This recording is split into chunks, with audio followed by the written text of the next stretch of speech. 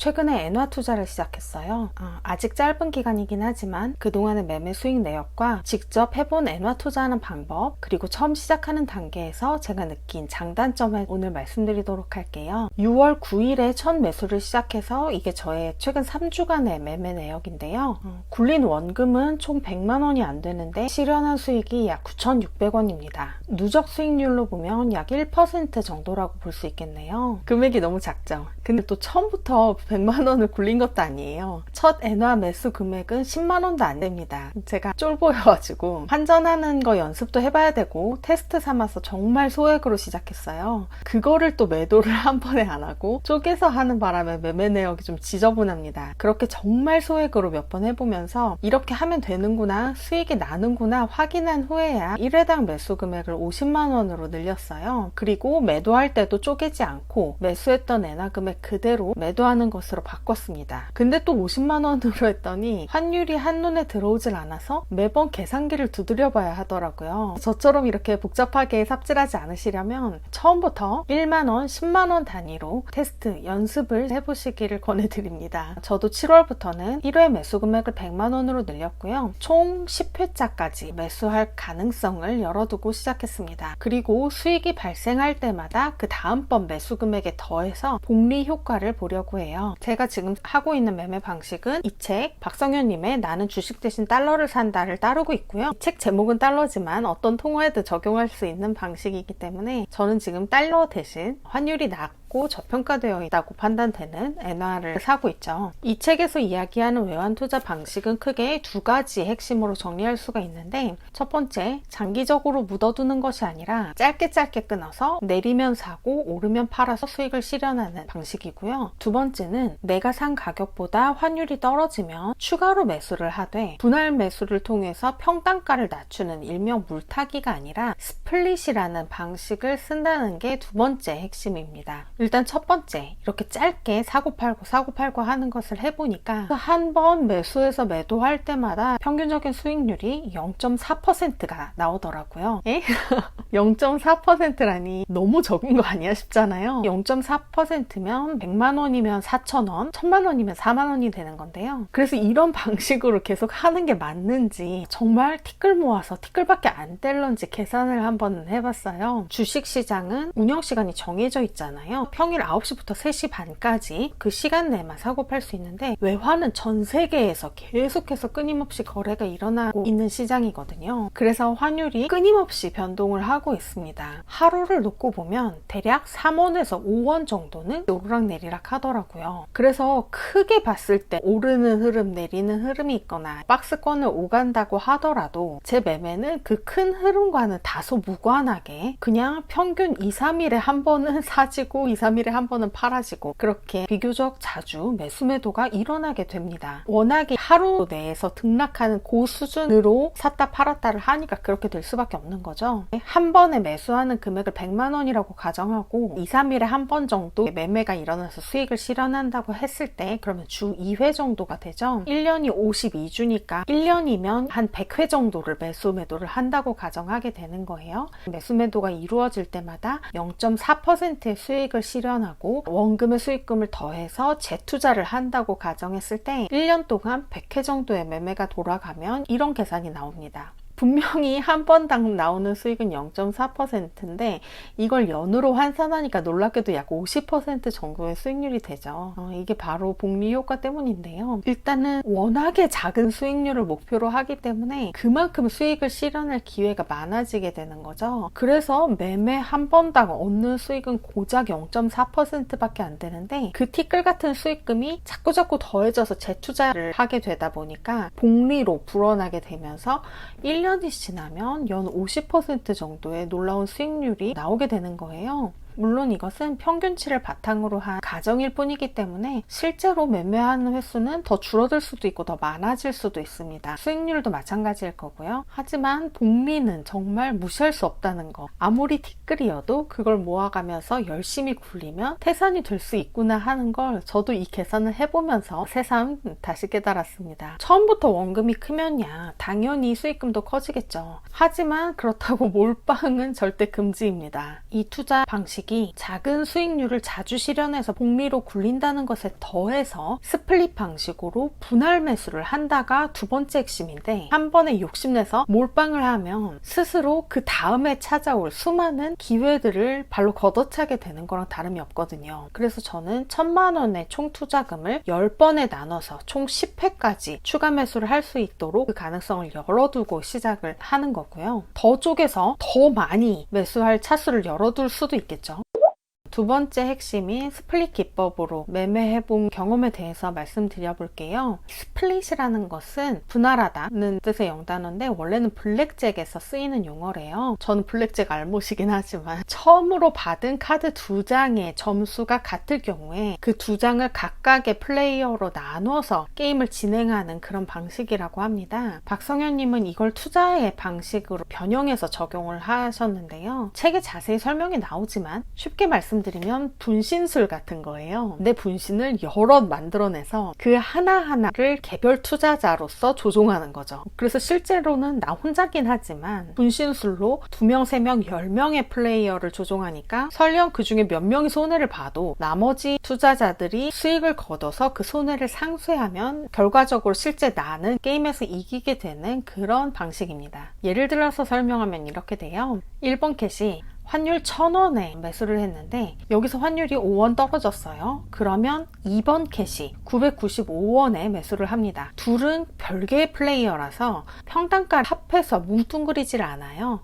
얘는 그대로 1000원, 얘는 995원인 거죠. 여기서 환율이 다시 1000원으로 오르면 이 두 번째 995원에 산 아이가 1000원에 팔면서 0.5%의 수익을 실현합니다. 그리고 나서 만약에 환율이 또 떨어지면 2번 아이가 995원에 또 사요. 990원으로 환율이 또 떨어진다면 이번엔 3번 캣이 매수를 합니다. 995원으로 오르면 3번 캣이 팔면서 0.5%의 수익을 실현하고, 거기서 또 1000원으로 올랐다. 그럼 이번엔 2번 캣이 팔 차례죠. 그리고 나서 드디어 환율이 1005원까지 오르면 기다리고 있던 1번 캣이 매도해서 수익을 실현합니다. 이 과정을 계속 반복하는 거예요. 그래서 제 매매 내역에도 보시면 비싸게 산 첫 번째, 두 번째 분신들은 그냥 그대로 놔둔 상태에서 저 같은 경우에는 3번 분신이 902원과 908원 사이에서 계속 매수 매도를 반복하면서 수익을 만들어냈습니다. 이걸 평단가를 낮추는 일반적인 방식인 물타기와 비교를 해보면요. 아까 예시를 들었던 것처럼 1000원에 1차 매수, 995원에 2차 매수, 990원에 3차 매수를 할 경우에 평단이 995원이 되니까 시장가가 990원에서 995원으로 올라도 그냥 나는 본전이니까 수익이 안 나잖아요. 즉 물타기 방식은 내 평단가 이하에서는 아무리 가격이 오르고 내려도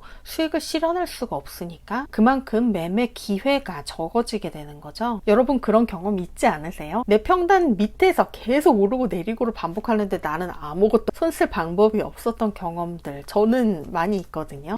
그런데 스플릿 방식이면 이때 3번 990원에 산 아이가 0.5%의 수익을 실현할 수 있게 됩니다. 애초에 평단과 무관하니까 낮은 가격대에서 작은 등락을 반복할 때 그걸 놓치지 않고 수익 실현할 기회를 많이 만들어내는 거예요. 비록 작은 수익일지라도 자주 만들어내면 재투자해서 복리로 불어나게 되고 그 효과가 얼마나 큰지는 우리가 앞에서 계산해봤죠. 그래서 저는 요즘 주식에도 스플릿 기법을 적용해서 아주 쏠쏠하게 재미를 보고 있습니다. 매일매일 이 작은 수익이 나오고 있어요. 또 손절이 없는 방식이다 보니까 심리적으로 훨씬 편안하다는 그런 장점이 있더라고요. 특히 주식보다는 외환에 투자할 때 의미가 있게 되는데요. 아무리 떨어져도 추가 매수를 하고 낮은 단계에서 매매를 할 뿐이지 결코 손절을 하지는 않겠다는 이 결정을 할 수 있는 이유는요. 내가 보유하고 있는 이 종목이 절대로 휴지 조각이 될 수 없는 돈 그 자체이기 때문에 가능한 거거든요. 게다가 원화보다도 훨씬 안전한 엔화라든지 달러 같은 안전자산을 매매하고 있는 것이기 때문에 이런 결정이 가능하겠죠. 나는 손절이 너무너무 힘들고 너무너무 스트레스 받는다 하시는 분들께도 이 스플릿 방식으로 하는 외환 투자가 좋은 해결책이 되지 않을까 싶습니다. 다만 이렇게 여러 명의 분신을 관리해야 되는 게 좀 복잡하게 느껴지실 수 있을 것 같아요. 저 같은 경우에는 아까 보여드렸던 것처럼 엑셀 파일에 매매 내역을 꼼꼼하게 기록을 하고 있는데요. 그거는 제가 워낙에 엑셀 성애자고 기록 중독자여서 그런 거지 솔직히 번거롭긴 정말 좀 번거롭습니다. 그래서 저처럼 계좌를 하나로 운영하면서 거기서 1번, 2번, 3번을 몽땅 굴리는 것이 아니라 아예 1번 계좌, 2번 계좌, 3번 계좌 이 분신별로 계좌를 파놓고 각각의 계좌를 운영하시는 것도 굉장히 좋은 방식일 것 같아요. 이 방식에 대해서 좀 더 궁금하신 분은 이 책을 읽어보시면 됩니다. 저 같은 경우에는 아직 그렇게 긴 경험을 해본 건 아니지만 개인적으로는 상당히 의미 있고 좋은 투자 기법이라고 생각하면서 좀 활용도를 넓혀 나가려고 하고 있어요. 제스켓 홈메이드 머니. 제가 엔화 투자를 하기로 결정한 이유는 최근에 영상을 통해서도 몇 번 말씀드렸던 것처럼 엔화가 지금 10년 기간 중에 가장 낮은 수준의 환율 보이고 있고 또 저평가되어 있다는 것이 가장 큰 이유였습니다. 마냥 환율이 낮은 통화를 투자 대상으로 정할 수는 없는 거죠. 안전이 무엇보다도 중요한 문제니까요. 예를 들면 짐바브웨 같은 나라에 환율이 아무리 낮다고 해도 투자를 하기는 어렵고 불안하겠죠. 안전자산으로 평가되는 화폐는 세 가지 정도인데 첫 번째 달러, 두 번째 유로, 그리고 엔화입니다. 엔화는요, 일본이 그렇게 오랜 기간 경기 침체를 겪고 있는 동안에도 위기 때면 돈이 몰리는 안전자산이에요. 게다가 최근에 일본 경기가 제가 영상에서도 말씀드렸던 여러 가지 이유들로 전환점을 맞이하고 있는 상황이라서 장기적으로 볼 때 상승까지 기대할 수 있는 그런 상황이죠. 사실 이 장기적인 상승, 그러니까 저평가되어 있는 엔화가 제자리를 찾아간다는, 그건 언제가 될지 저는 알 능력이 없지만요. 오를지는 모르겠지만 일단 여기서 더 심하게 떨어지기는 어렵겠다. 투자를 시작한다고 하더라도 돈을 잃을 확률은 상당히 낮겠다라고 판단했습니다. 말하자면 여기까지가 종목 분석 단계였었던 거예요. 경제신문도 열심히 읽고 외환 투자에 대한 책도 읽고 강의도 들으면서 공부를 하고 고민도 했습니다만 일단 종목을 선택해서 투자를 시작하니까 그때부터는 더 이상 종목을 뭘 할까 하는 고민을 안 해도 되더라고요. 그냥 쭉 매매만 하면 됩니다. 주식 투자 같은 경우에는 어떤 종목을 선택하느냐, 그 종목이 바뀌는 주기가 굉장히 짧고 계속해서 새로운 종목들을 찾아 나가야 되는 그런 어려움이 좀 있었는데 종목에 대한 고민을 더 이상 할 필요가 없어진다는 것도 꽤나 큰 장점인 것 같아요. 또한 이 투자 방식을 나중에 상황이 바뀌면 똑같이 다른 화폐에도 적용할 수 있는 것도 굉장히 큰 장점이라고 생각을 합니다. 애초에 이 방식 자체가 달러 투자 책에서 배운 건데 지금 달러 들어가기는 아시다시피 너무 비싼 상태고 상대적으로 엔화는 저평가니까 엔화에 적용했을 뿐이거든요. 그래서 언젠가 상황이 반전돼서 달러가 다시 저평가가 되고 엔화가 고평가가 된다면 혹은 뭐 유로나 다른 화폐들의 가능성을 본다면 얼마든지 이 시스템 그대로 다시 써먹을 수 있게 되는 거죠. 공들여서 공부하고 테스트를 거치면서 경험하는 이 모든 과정이 단발성으로 끝나고 쓸모 없어지는 게 아니라 계속해서 활용할 수 있는 시스템이라는 거는 굉장히 큰 장점입니다. 그리고요, 저 개인적으로 이 투자 방식에서 가장 큰 장점이라고 생각하는 것은요, 저라는 사람이 끼어들 여지가 거의 없다는 거예요. 제가 여러분 다 아시겠지만 욕심과 몰빵으로 폭망해 본 경험이 있잖아요.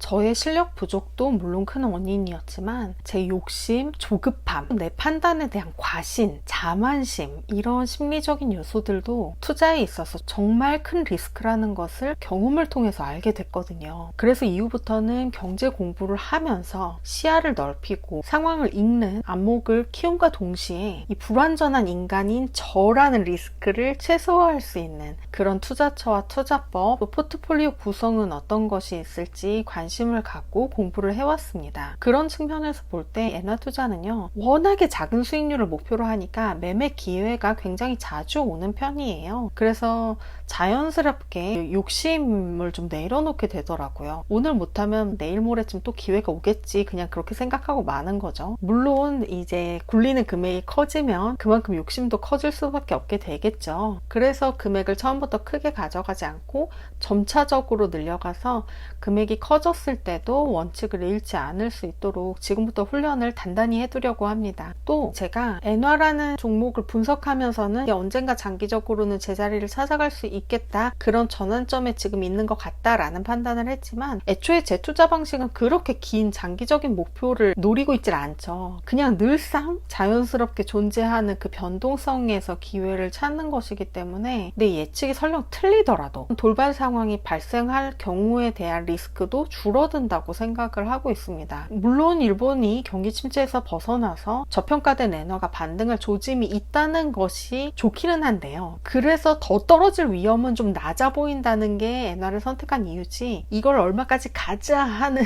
그런 목표를 가지고 선택한 것은 아니기 때문에 그런 큰 전망이 저의 투자와 수익률에는 별 영향을 주지 못한다는 것 역시 장점이라고 생각을 합니다. 그 외에도 외환 투자의 일반적인 장점이라고 한다면 한 차익에는 세금이 부과되지 않는다는 점도 있을 것 같고요. 단점이라면 환율 변동을 아무래도 좀 계속 들여다보게 돼요. 집중력이 필요한 일을 하실 때는 방해가 될 수 있을 것 같습니다. 사실 그냥 안 보면 되는데 또 움직이고 있는 걸 아는데 안 보기가 좀 그렇잖아요. 지금 촬영하면서 휴대폰을 쓰고 있는 와중에도 환율이 너무 궁금합니다. 그래서 제가 이 시스템에 대해서 충분히 이해하고 난 후에는 자동 매매 시스템이 있다면 그런 것을 써보는 것도 좋겠다 싶어요. 제스캣 홈메이드 머니. 요즘 엔화 투자에 대한 관심이 워낙 높죠. 오늘은 제가 엔화로 처음으로 외환 투자를 시작하면서 느낀 장점과 단점, 어떤 기법을 써서 어떤 방식으로 수익이 발생하고 어떻게 불려나가게 되는지 짧지만 제 경험을 바탕으로 말씀을 드려봤습니다. 엔화나 외환 투자를 해볼까 고민하고 계신 분들이 있다면 참고가 되시면 좋겠어요. 물론 투자를 권유하는 것은 전혀 아니고 모든 투자에 대한 책임은 본인 자신에게 있는 것, 우리 제스 구독자님들께서는 당연히 알고 계시리라고 생각합니다. 또한 제가 쓰고 있는 이 방식 외에도 분명히 다양하고 좋은 투자법들이 존재할 거예요. 저도 앞으로 엔화와 외환 투자를 계속해서 진행을 하면서 새롭게 알게 되는 것, 해보면서 발견한 꿀팁들을 모아서 또 영상으로 공유해 드리도록 하겠습니다. 구독과 좋아요, 알림 설정 잊지 마시고요. 영상을 끝까지 시청해 주신 구독자 여러분, 늘 진심으로 감사드립니다. 오늘도 정말 멋진 하루가 되실 거예요. 저는 다음 영상에서 또 다시 뵙겠습니다. 감사합니다.